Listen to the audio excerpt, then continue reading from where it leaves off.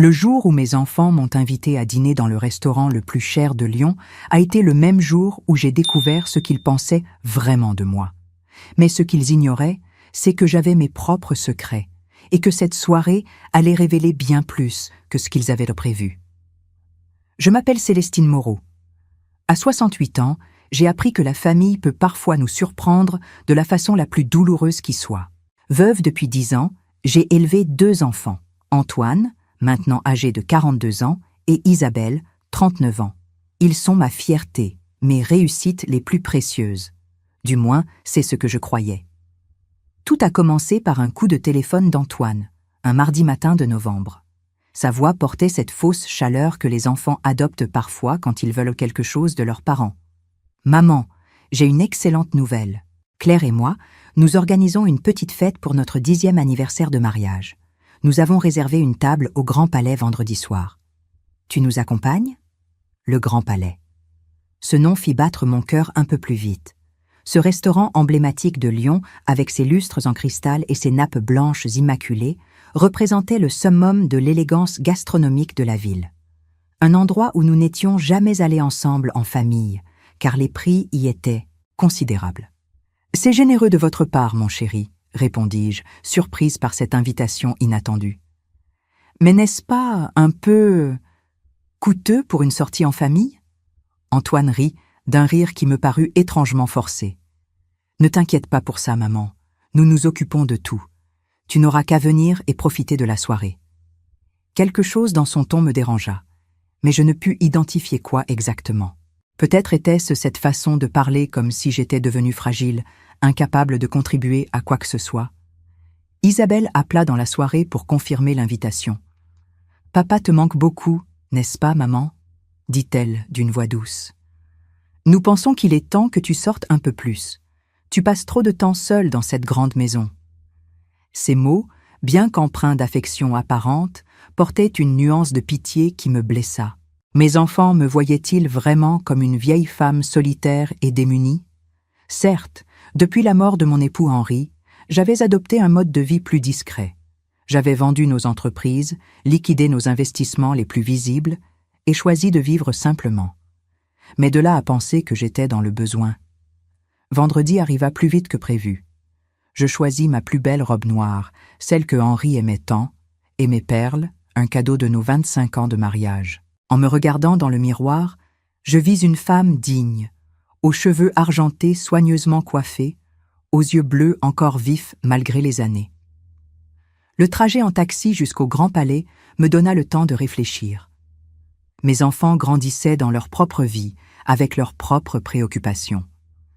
Antoine dirigeait une petite agence de communication, Claire travaillait à mi-temps dans une boutique de mode. Isabelle était professeure de français dans un lycée. Des vies honorables, mais pas nécessairement prospères. D'où venait l'argent pour ce dîner somptueux ? En descendant du taxi devant l'établissement, je fus frappé par la beauté architecturale du lieu. La façade en pierre dorée typique de Lyon, les grandes baies vitrées illuminées de l'intérieur, l'élégante marquise sous laquelle se tenait le portier en livrée. Cet endroit avait toujours eu une place particulière dans mon cœur, pour des raisons que mes enfants ignoraient encore. Le portier me salua d'un hochement de tête poli et m'ouvrit la lourde porte de verre. L'intérieur n'avait pas changé. Les murs tapissés de soie crème, les œuvres d'art contemporain, l'éclairage tamisé qui créait une atmosphère intimiste et raffinée. L'arôme subtil des plats gastronomiques flottait dans l'air, mêlé au parfum délicat des bouquets de fleurs fraîches. Je me dirigeais vers l'accueil, où une jeune femme élégante, en tailleur noir, me sourit professionnellement. « Bonsoir, madame. Puis-je vous aider ?»« Bonsoir. Je rejoins la table de monsieur Antoine Moreau. » Elle consulta son registre, fronçant légèrement les sourcils. « Monsieur Moreau ? Ah oui, la table pour 4 personnes. Mais... » Elle releva les yeux vers moi, visiblement embarrassée. « Je suis désolée, madame, mais la réservation indique bien 4 couverts, et la table est déjà complète. » Un frisson me parcourut l'échine. « Comment cela, complète ? » Monsieur et madame Moreau sont arrivés avec leurs 2 enfants il y a une dizaine de minutes. Ils n'ont mentionné aucune autre personne. Le sol sembla se dérober sous mes pieds. Mes petits-enfants, Emma et Louis étaient là. Mais pas de place pour moi, pas de place pour grand-mère. Il doit y avoir une erreur, murmurai-je, ma voix tremblant légèrement malgré moi. La jeune femme me regarda avec compassion. « Voulez-vous que j'aille les prévenir de votre arrivée ? » ?»« S'il vous plaît. » Elle s'éloigna vers la salle principale, et je restai là, debout, dans l'entrée somptueuse, essayant de comprendre ce qui se passait. Avait-il oublié de modifier la réservation ? Était-ce un simple malentendu ? Quelques minutes plus tard, je vis apparaître Claire, ma belle-fille, dans sa robe bordeaux, que je ne lui connaissais pas. Son visage portait une expression que je n'arrivais pas à déchiffrer, un mélange de gêne et de quelque chose qui ressemblait presque à de l'agacement. « Célestine, quelle surprise !» dit-elle d'une voix un peu trop aiguë. « Nous ne vous attendions pas si... ponctuelle. » Ces mots résonnèrent étrangement dans ma tête. Comment pouvait-elle ne pas m'attendre alors qu'il m'avait invité ? « Antoine m'a dit vendredi soir, 7h30, répondis-je calmement. Il y a eu un problème avec la réservation, semble-t-il. Claire échangea un regard rapide avec l'hôtesse, puis revint vers moi avec un sourire que je ne reconnaissais pas, un sourire qui ne montait pas jusqu'aux yeux.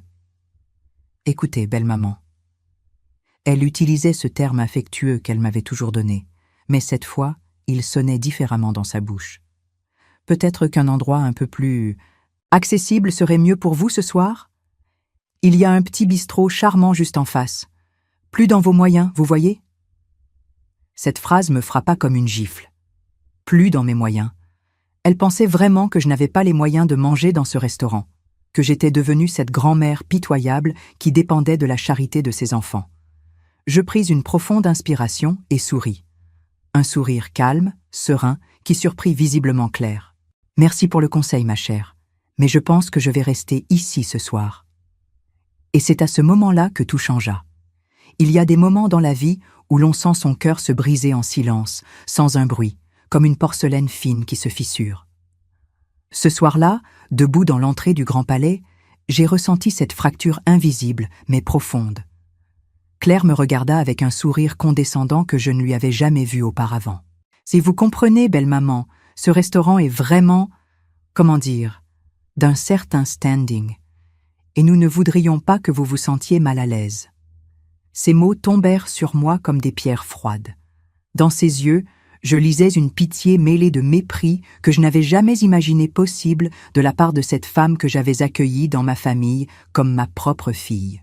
« Je me sens parfaitement à l'aise ici, » répondis-je doucement, gardant ma dignité intacte malgré l'humiliation qui montait en moi. C'est alors qu'Antoine apparut, son visage trahissant un malaise évident. Derrière lui, j'aperçus mes petits-enfants, Emma, 14 ans, et Louis, 11 ans. Emma regardait ses chaussures, visiblement embarrassée par la situation. Louis, lui, semblait confus, ne comprenant pas pourquoi grand-mère restait à l'entrée au lieu de les rejoindre à table. « Maman, » dit Antoine d'une voix tendue, « il y a eu un petit problème avec la réservation. Nous pensions que tu avais compris que, enfin, que ce n'était pas exactement une invitation pour ce soir. » Ces mots me coupèrent le souffle. Non pas une invitation ? Mais alors, qu'était-ce donc ? Une cruelle plaisanterie ? Un test que j'avais échoué avant même de le comprendre ? « Antoine, » dis-je calmement, ma voix ne trahissant rien de la tempête qui grondait en moi. « Tu m'as appelé mardi pour m'inviter à célébrer votre anniversaire de mariage. Tu as dit « Tu nous accompagnes ?» Je t'ai répondu « Oui. » Il échangea un regard embarrassé avec Claire. Nous pensions que tu réaliserais que... Enfin, maman, tu sais bien que depuis papa... Enfin, tes moyens sont devenus plus... limités. Limités. Ce mot résonna dans ma tête comme une cloche funèbre. Mes propres enfants croyaient que j'étais devenue une charge, une vieille femme démunie dont il fallait avoir pitié. Claire prit alors la parole avec cette fausse bienveillance qui me glaça le sang. Nous nous inquiétons pour vous, c'est tout. Vivre seul dans cette grande maison avec juste votre petite pension. Nous ne voulions pas que vous dépensiez votre argent pour un repas aussi cher. Ma petite pension, si elle savait... Peut-être, continua-t-elle en regardant l'hôtesse avec un sourire gêné. Pourriez-vous recommander à madame un restaurant plus adapté à son budget? Il y a sûrement un endroit plus simple dans le quartier. L'hôtesse, professionnelle jusqu'au bout des ongles, malgré son évident malaise, commença. Eh bien, il y a effectivement plusieurs brasseries très accueillantes à proximité. Mais quelque chose en moi se révolta.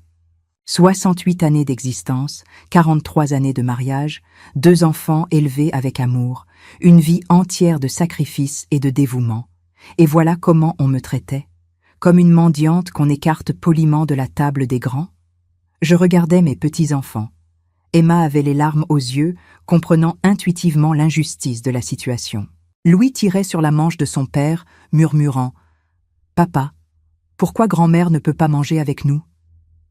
C'est à ce moment précis que quelque chose changea en moi. Une transformation silencieuse, mais profonde.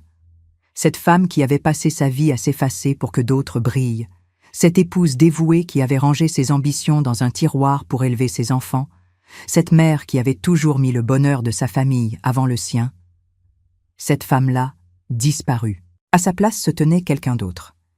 Quelqu'un que mes enfants ne connaissaient pas. Quelqu'un que j'avais moi-même oublié pendant des décennies. Je souris. Un sourire serein, presque mystérieux, qui surprit visiblement tout le monde. « Vous savez quoi ?» dis-je d'une voix calme et assurée. « Vous avez raison. Je ne vais effectivement pas me joindre à votre table ce soir. » Le soulagement sur le visage de Claire fut si évident qu'il me fit presque rire. « Mais, » ajoutai-je en me tournant vers l'hôtesse, « je vais avoir besoin d'une table. Pour une personne, s'il vous plaît. »« Madame, » répondit l'hôtesse avec diplomatie, « je crains que nous soyons complets ce soir et que... »« Pourriez-vous appeler monsieur Philippe Durand ?» l'interrompis-je gentiment. « Dites-lui que Célestine Moreau aimerait lui parler. » Le silence qui suivit fut si profond qu'on aurait pu entendre tomber une épingle sur le marbre de l'entrée.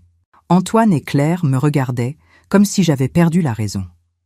Comment cette vieille femme, aux moyens limités, pouvait-elle connaître le propriétaire du restaurant le plus exclusif de Lyon? L'hôtesse, déconcertée mais toujours professionnelle, décrocha le téléphone. « Monsieur Durand, j'ai madame Célestine Moreau qui souhaiterait vous parler. Oui, monsieur. Tout de suite, monsieur. » Elle raccrocha et me regarda avec un respect nouveau dans les yeux. « Monsieur Durand arrive immédiatement, madame. » Et c'est là que l'histoire prit une tournure que personne, pas même moi, n'avait anticipée. Il y a des vérités que nous gardons si longtemps enfouies qu'elles finissent par nous sembler irréelles, comme des souvenirs d'une autre vie. Ce soir-là, debout dans l'entrée du Grand Palais, je sentais remonter à la surface une partie de moi que j'avais choisi d'oublier, une femme que j'avais été avant de devenir maman, avant de devenir épouse. Pendant que nous attendions Philippe, mes pensées retournèrent vers cette jeune femme de 25 ans que j'avais été.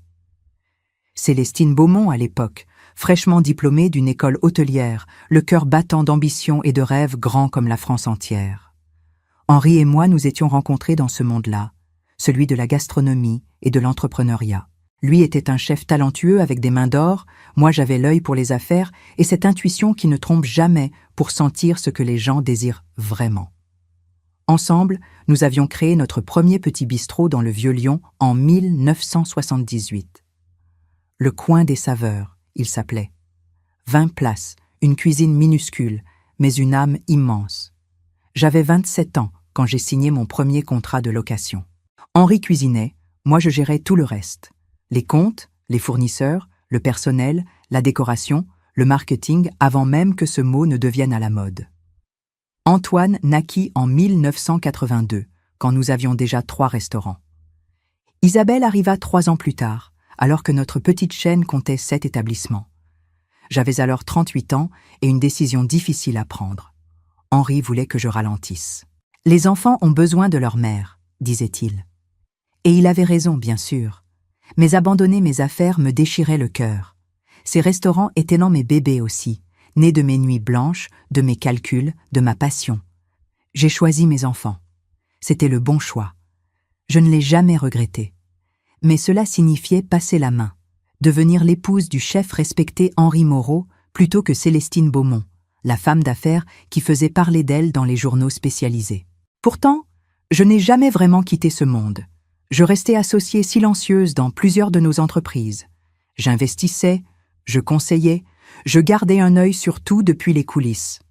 Henri gérait l'opérationnel, moi je m'occupais de la stratégie financière. Quand les enfants ont grandi, nous avons vendu la plupart de nos restaurants, mais j'avais gardé des parts dans quelques établissements d'exception. Des investissements discrets, sous des noms de sociétés que seuls les initiés connaissaient. Le Grand Palais était l'un d'eux. Philippe Durand avait été notre chef de cuisine étoile pendant 15 ans. Quand l'ancien propriétaire du Grand Palais avait voulu vendre, Philippe avait rêvé de racheter cet établissement mythique, mais n'avait pas les fonds nécessaires. C'est là que j'étais intervenue, il y a 12 ans. Un investissement de 2 millions d'euros. Pas négligeable, même pour moi. Philippe était devenu le visage public du restaurant. Moi, je restais l'investisseur fantôme. Cela me convenait parfaitement. Après la mort d'Henri il y a 10 ans, j'avais voulu la simplicité, la discrétion. Laisser mes enfants croire que j'avais tout vendu et que je vivais modestement de ma pension me permettait de les observer sans le filtre de l'argent. Je voulais savoir qui ils étaient vraiment devenus, s'ils m'aimaient pour moi-même ou pour ce que je pouvais leur apporter.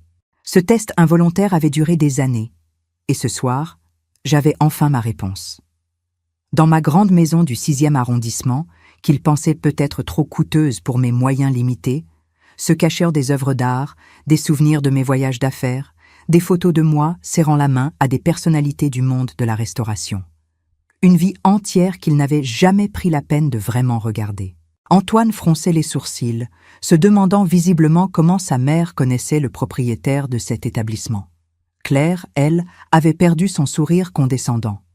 Quelque chose dans mon attitude, dans ma façon de me tenir, dans cette assurance nouvelle qu'ils ne m'avaient jamais vue avoir, les déstabilisait. « Maman, » murmura Antoine, « comment tu connais le propriétaire ?» Je ne répondis pas. Il était trop tard pour les explications, trop tard pour les demi-vérités. Ce soir, mes enfants allaient découvrir qui j'étais vraiment. Qui j'avais toujours été, sous les couches d'abnégation et de discrétion. À travers la porte vitrée de la salle principale, je voyais Philippe approcher. Cet homme de 55 ans aux tempes grisonnantes, élégant dans son costume sombre, qui dirigeait l'un des restaurants les plus prestigieux de Lyon. Cet homme qui m'appelait patronne quand nous étions seuls pour parler affaires. Mes petits-enfants me regardaient avec curiosité. Emma semblait pressentir que sa grand-mère n'était pas exactement celle qu'elle avait toujours cru connaître. Louis, plus jeune, était simplement content de voir que l'atmosphère tendue semblait se détendre. Ce qui allait suivre changerait notre famille à jamais. Pour le meilleur, j'espérais. Mais d'abord, il fallait que mes enfants comprennent une chose essentielle. On ne juge jamais un livre à sa couverture, surtout quand ce livre est sa propre mère. Il existe des moments dans la vie où le temps semble suspendu, où chaque seconde s'étire comme de la mélasse dorée.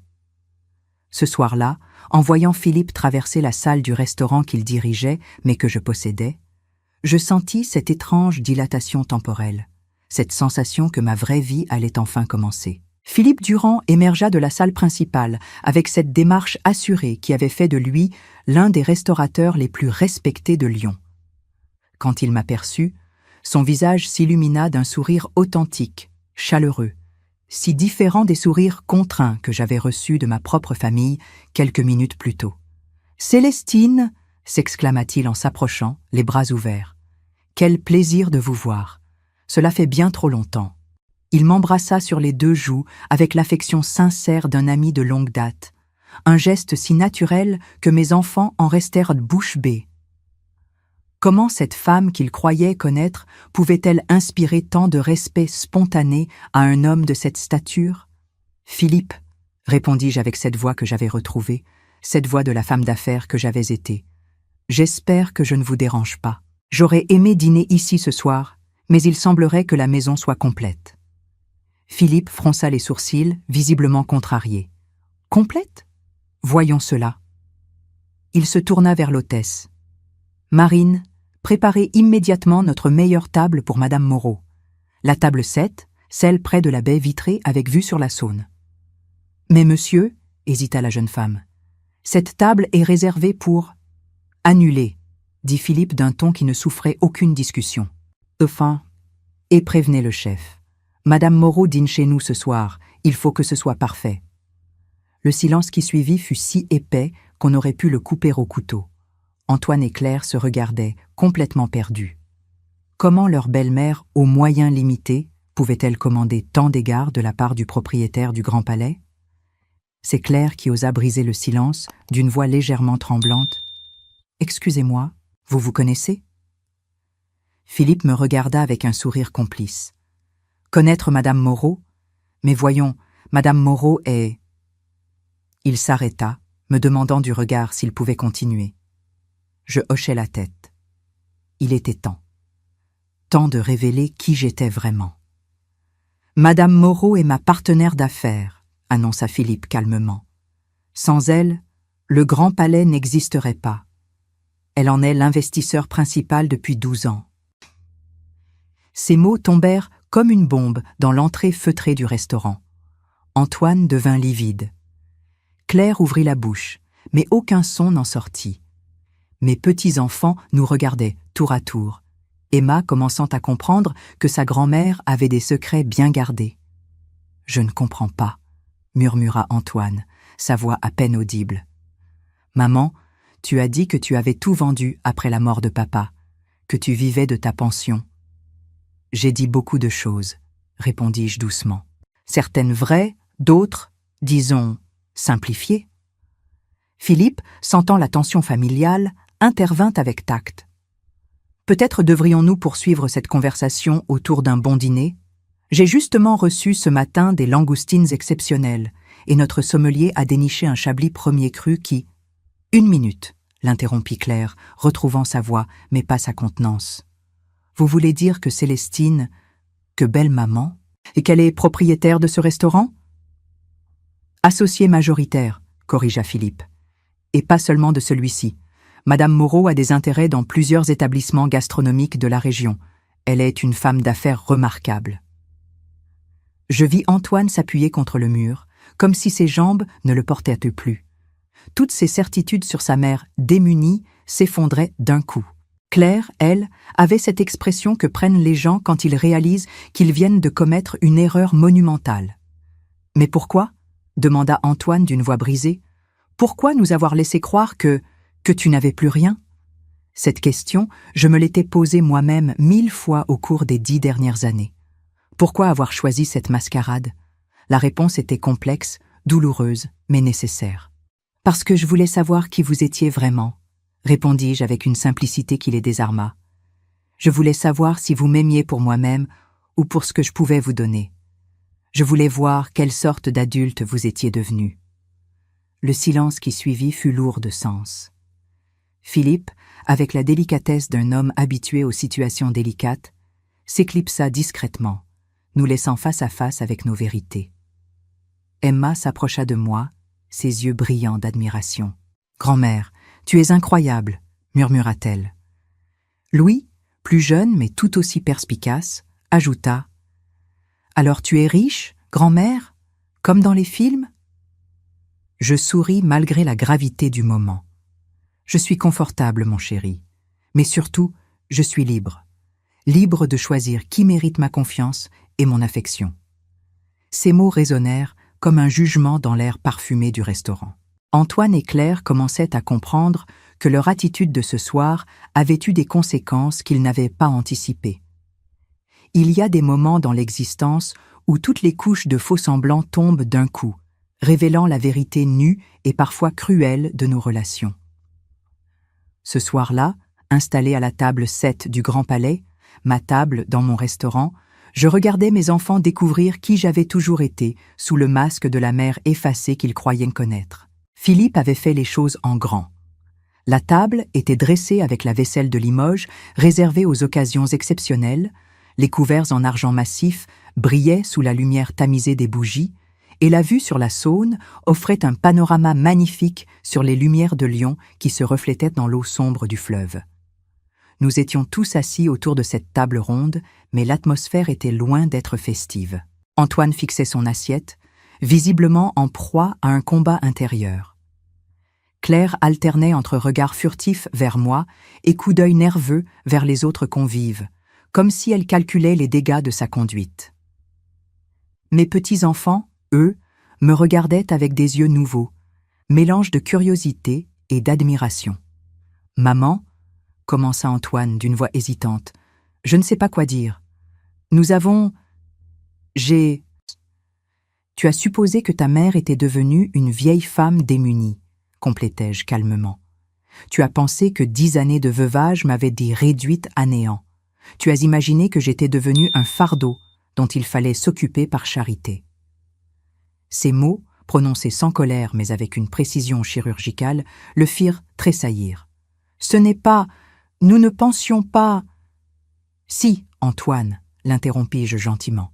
C'est exactement ce que vous pensiez. Et savez-vous quoi? Cela m'a appris des choses précieuses sur vous deux. » Claire osa enfin prendre la parole, sa voix tremblante. « Célestine, je suis désolée pour ce que j'ai dit tout à l'heure. Je ne savais pas, si j'avais su... » « Que vous ne saviez pas, c'était le but, » répondis-je en la regardant droit dans les yeux. « Je voulais voir comment vous traiteriez une vieille femme sans moyens. Comment vous parleriez à quelqu'un que vous pensiez inférieur à vous socialement. » Le serveur arriva à ce moment-là avec l'entrée, des Saint-Jacques juste nacrés, accompagnés d'un beurre blanc aux herbes fraîches. Un plat à 45 € que Claire avait jugé trop cher pour mes moyens, quelques heures plus tôt. « Grand-mère, » dit Emma avec cette franchise touchante des adolescents. « Pourquoi tu as fait semblant d'être pauvre ?»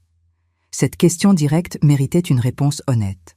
« Parce que l'argent change les gens, ma chérie. Quand on sait qu'une personne est riche, on se comporte différemment avec elle. On est plus gentil, plus attentionné, mais pour de mauvaises raisons.